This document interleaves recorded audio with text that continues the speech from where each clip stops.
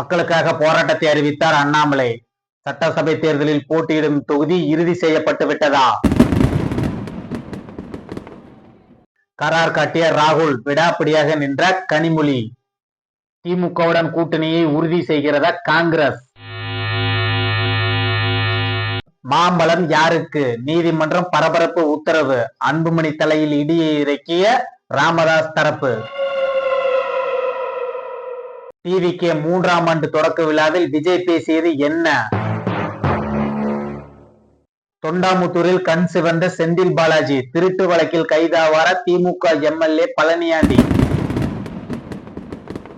அடிமேல் அடிவாங்கும் ஓபிஎஸ், உச்சகட்ட அதிர்ச்சியில் அதிமுக.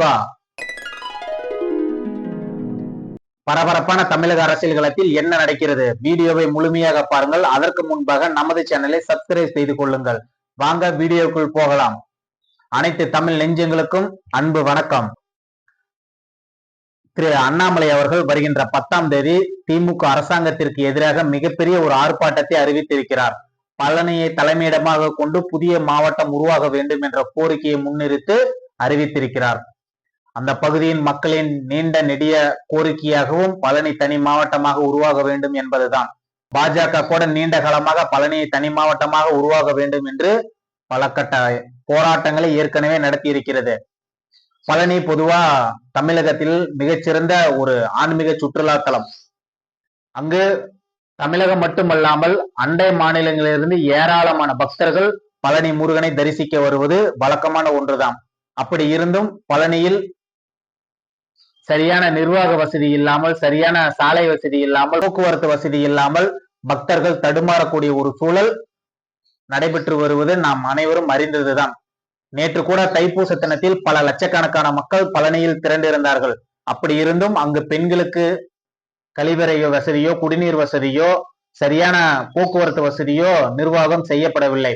அதை கண்டிக்கும் விதமாக தான் நீண்ட காலமாக மக்களின் கோரிக்கையாகவும் பழனியை தனி மாவட்டமாக அறிவிக்க வேண்டும் மக்கள் ஏற்கனவே பல முறை போராடி வருகிறார்கள்.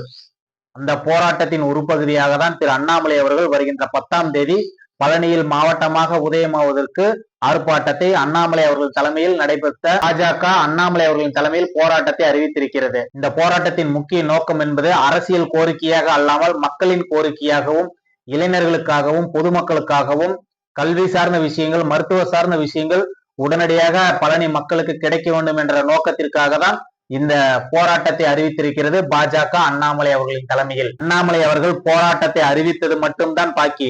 அங்கு இருக்கக்கூடிய வியாபாரிகள், இளைஞர்கள், சமூக அமைப்புகள் எல்லாம் ஒன்று கூடி பழனி தனி மாவட்டம் வேண்டும் என்று கோஷம் எழுப்பி வருகிறார்கள். இந்த போராட்டத்தின் நோக்கம் அரசாங்கத்திற்கு நேரடியாக அழுத்தம் கொடுக்கக்கூடிய விஷயமாக பார்க்கப்படுகிறது. எப்படி இருந்தாலும் இந்த போராட்டம், இந்த கோஷம் இனியும் ஓய போவது அல்ல. பழனி தனி மாவட்டமாக உருவாக வேண்டும் என்ற கோஷம் நிச்சயமாக கொழுந்து விட்டு எரியும். அதை வெல்வதற்கும் வென்றெடுப்பதற்கும் அந்த பகுதி மக்களுக்கு இது ஒரு மிகப்பெரிய வாய்ப்பாகவும் இது பார்க்கப்படுகிறது. 2026 தேர்தல் நெருங்க போகுது. இன்னமும் அண்ணாமலை அவர்கள் எந்த தொகுதியில போட்டியிட போறார், அவர் போட்டியிடுவாரா மாட்டாரா என்ற ஒரு சந்தேகம், ஒரு பிம்பம் தமிழக அரசியலில் கட்டமைக்கப்பட்டே வருகிறது. அது மிகப்பெரிய சஸ்பென்ஸாகவும் இருந்து வருகிறது. திரு அண்ணாமலை அவர்கள் நிச்சயமாக சட்டமன்ற தேர்தலில் போட்டியிடுவார் என்பது உண்மை. அது கோவையா, மதுரையா, கரூரா என்பதுதான் $1,000,000 கேள்வியாகவும் இருக்கிறது. ஏன்னா பாத்தீங்கன்னா திரு அண்ணாமலை அவர்கள் தொடர்ந்து கரூர் பகுதி இளைஞர்களை சந்திப்பதாகட்டும், கோவை பகுதியில் இளைஞர்களை சந்திப்பதாகட்டும் தொடர்ந்து செய்து கொண்டே இருக்கிறார். நிச்சயமாக அண்ணாமலை அவர்கள் தேர்தல் களத்தில் போட்டியிடுவார் என்பது உண்மை. ஆனால் அவர் கோவை பகுதியில் சிங்காநல்லூர் போட்டியிடுவாரா, கிணத்துக்கடவு தொகுதியில் போட்டியிடுவாரா, அல்லது கரூர் மையத்தில் போட்டியிடுவாரா, ஏற்கனவே போட்டியிட்ட அரவக்குறிச்சி தொகுதியில் போட்டியிடுவாரா, அல்லது திருப்பரங்குன்றம் அமைந்திருக்கக்கூடிய தொகுதியில் போட்டியிடுவாரா என்று மிகப்பெரிய ஒரு கேள்வியாகவும் இருந்து வருகிறது. ஏன்னு பாத்தீங்கன்னா 2026 தேர்தல் களத்திற்கு அண்ணாமலை அவர்களுக்கு கிட்டத்தட்ட ஒரு 6 தொகுதிகள் சுற்றுப்பயண பொறுப்பாளராக அறிவித்திருக்கிறார்கள். விருகம்பாக்கம், சிங்காநல்லூர், மதுரை, பத்மநாபபுரம், ஸ்ரீவைகுண்டம், காரைக்குடின்னு ஒரு 6 தொகுதி அறிவிச்சிருக்காங்க. இதுல அண்ணாமலை அவர்களுக்கு கொடுக்கப்பட்ட தொகுதிகள் என்பது கிட்டத்தட்ட பத்மநாபபுரம் ஓரளவிற்கு பாஜகவிற்கு செல்வாக்கான ஒரு தொகுதி. மீதி இருக்கக்கூடிய தொகுதிகள் எல்லாமே பாத்தீங்கன்னா மாற்று கட்சி திமுக அதிமுக ஓரளவுக்கு செல்வாக்கு இருக்கக்கூடிய பகுதி. திரு அண்ணாமலை அவர்களுக்கு இந்த தொகுதியின் கொடுக்கப்பட்டதன் மர்மம் என்ன? அங்கு நிச்சயமாக அண்ணாமலை அவர்களால் மிகப்பெரிய ஒரு எழுச்சி உருவாகும். வருகின்ற 2026 சட்டமன்ற தேர்தலில் பாஜக அங்கு வெற்றி கணக்கு தொடங்கும் என்ற ஒரு நம்பிக்கையில் அண்ணாமலை அவர்கள் மீது நம்பிக்கை வைத்து இந்த தொகுதிகளை வழங்கியிருக்கிறார்கள். நிச்சயமாக அண்ணாமலை அவர்கள் அங்கு களப்பணியின் மூலம் அந்த தொகுதிகளை வெல்வதற்கு மிகப்பெரிய உந்து சக்தியாக பாஜகவிற்கு இருப்பார் என்பது உண்மையும் கூட. ஆனால் அவர் எந்த தொகுதியில் போட்டியிடுவார் என்பதுதான் மிகப்பெரிய சஸ்பென்ஸாக இருந்து வருகிறது. அவர் எந்த தொகுதியில் போட்டியிட வேண்டும் என்று கமெண்ட் பாக்ஸ்ல நீங்க சொல்லுங்க. என்டிஏ கூட்டணிக்கு மிகப்பெரிய ஒரு சிக்கலா அமைஞ்சிருக்கக்கூடிய ஒரு கட்சி பாமக. ஏன்னா பாத்தீங்கன்னா ஏற்கனவே தேர்தல் ஆணையம் அன்புமணி தரப்பிற்கு மாம்பழம் சின்னத்தை வழங்கிருச்சு. அது குறித்தான ஒரு நோட்டீஸ் கூட தேர்தல் ஆணையம் அன்புமணி தரப்புக்கு வழங்கிருச்சு. அதை எடுத்து ராமதாஸ் அவர்களோட தரப்புல சென்னை உயர்நீதிமன்றத்துல வழக்கு தொடுத்திருக்கிறார்கள். தேர்தல் ஆணையம் எங்களது தரப்பின் கோரிக்கையை கேட்காமல் அன்புமணி தரப்பிற்கு மாம்பழம் சின்னத்தை வழங்கிவிட்டது அப்படின்று ஒரு கோரிக்கையை வைத்திருக்கிறார்கள். உடனடியாக உயர்நீதிமன்றம் தேர்தல் ஆணையத்திற்கு கேள்வி கேட்டிருக்கிறது. அது குறித்து எங்களிடம் விளக்கம் கேட்க வேண்டும் என்று அன்புமணி தரப்பும் உயர்நீதிமன்றத்தை அணுகியிருக்கிறது. இது மிகப்பெரிய ஒரு சட்ட சிக்கலான ஒரு விஷயமாகவும் பார்க்கப்படுகிறது. ஏற்கனவே தேர்தல் ஆணையம் ஆகஸ்ட் 1ஆம் தேதி வரை அன்புமணி தான் தலைவர் என்று தெளிவுபடுத்தி விட்டது. அப்படி இருந்தும் இது போன்ற சில வழக்குகளால் அன்புமணி அவர்களுக்கு மிகப்பெரிய ஒரு சிக்கலை ஏற்படுத்தும் விதமாக தான் இது அமைந்திருக்கிறது.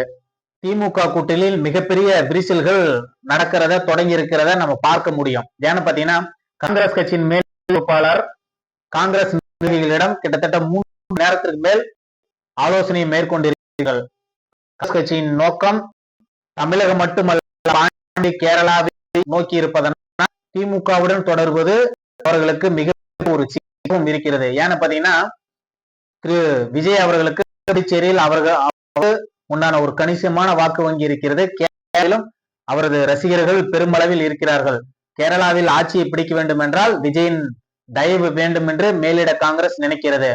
தமிழகத்தில் திமுகவின் துணையுடன் தான் இங்கு எம்ஆக இருந்தாலும் எம்பியாக இருந்தாலும் காங்கிரஸ் கட்சி கிடைக்கும். போக்கும் விதமாக இந்த முறை தாவேகாவுடன் கூட்டணி அமைக்கும் என்ற ஒரு யோசனையில் காங்கிரஸ் மேலிடம் இருந்து வருவதாகவும் செய்திகள் வருகிறது. திரு விஜய் அவர்கள் கூட 3ஆம் ஆண்டு தொடக்க விழாவில் 1977ஆம் ஆண்டு நடைபெற்ற சம்பவங்கள் எல்லாம் இன்று சுட்டிக்காட்டும் விதமாக பேசியிருக்கிறார். அது அன்றைய காலகட்டத்தில் பேசிய பேச்சுக்கள் இன்றைய காலத்தில் எடுபடுமா என்பது விஜய் அவர்களுக்கே வெளிச்சமும் கூட. திருவள்ளுவர் இன்று இருந்திருந்தால் கூட திமுகவிற்கு எதிராக திருக்குறள் எழுதியிருப்பார் என்று விஜய் பேசியதுதான் சற்று வியப்பாக இருக்கக்கூடிய ஒரு செய்தியாக இருக்கிறது. அது மட்டுமல்ல விஜய் அவர்கள் பாத்தீங்கன்னா டபுள் இன்ஜின் டப்பா இன்ஜின் இல்ல டாப் இன்ஜின் தான் தாவேகா என்று பேசியிருக்கிறார். ஒவ்வொரு வீட்டிலும் ஒவ்வொரு விஜய் இருப்பதாகவும் தமிழகத்தில் நிச்சயம் ஆட்சி மாற்றம் தாவேகா ஏற்படுத்தும் என்றும் பேசுகிறார். 2017க்கு அப்புறம் 2021க்கு அப்புறம் தமிழக மக்கள் முதலமைச்சர் சீட்டில் காமராஜர் எம்ஜிஆர் அண்ணா போன்ற உட்கார்ந்த இடத்தில் யார் யாரோ உட்காருகிறார் என்று பேசுகிறார். திரு விஜய் அவர்கள் கள யதார்த்தத்தை புரிந்து கொள்ளாமல் ஏசி அறைக்குள் இருந்து கொண்டு பேசிக் கொண்டிருக்கிறார். கள யதார்த்தம் புரியாமல் இருந்து வருகிறார்கள். யாரோ எழுதி கொடுத்த வசனங்களை மேடையில் பேசிக் கொண்டிருக்கிறார். திரு விஜய் அவர்கள் யதார்த்தத்தை புரிந்து கொள்ள வேண்டும். விசில் சின்னம் சென்று விட்டதாக பெருமைப்பட பேசிக் கொள்கிறார். இன்றைய டிஜிட்டல் உலகத்தில் சின்னம் கொண்டு சேர்ப்பது பெரிய விஷயம் அல்ல. ஆனால் வாக்கு பெட்டியில் வாக்காளர்களை கொண்டு வந்து வாக்கு செலுத்த வைப்பதுதான் மிகப்பெரிய விஷயம். விசில் அடித்துக் கொண்டு இருந்தால் மட்டும் வாக்கு வந்து விடாது. அது விஜய் அவர்கள் உணர்ந்து கொள்ள வேண்டும், தெரிந்து கொள்ள வேண்டும், புரிந்து கொள்ள வேண்டும். திரு ஓபிஎஸ் அவர்களின் நிலைதான் படு மோசமாக தமிழக அரசியல் களத்தில் இருந்து வருகிறது. தமிழகத்தில் 3 முறை முதலமைச்சராக இருந்த ஓபிஎஸ் நிலை இன்று ரொம்ப கேள்விக்குறியாக்கும் விதத்தில் அவரது அரசியல் பயணம் இருந்து வருகிறது. திரு ஓபிஎஸ் அவர்களோடு பயணம் செய்த மனோஜ் பாண்டியன் அவர்களாக இருக்கட்டும், வைத்தியலிங்கமாக இருக்கட்டும் திமுகவில் இணைந்து விட்டார்கள். ஜேசிடி பிரபாகர் கூட விஜய் கட்சியில் இணைந்து விட்டார். இன்று ஓபிஎஸ் அவர்கள் தனிமரமாக இருந்து வருகிறார்.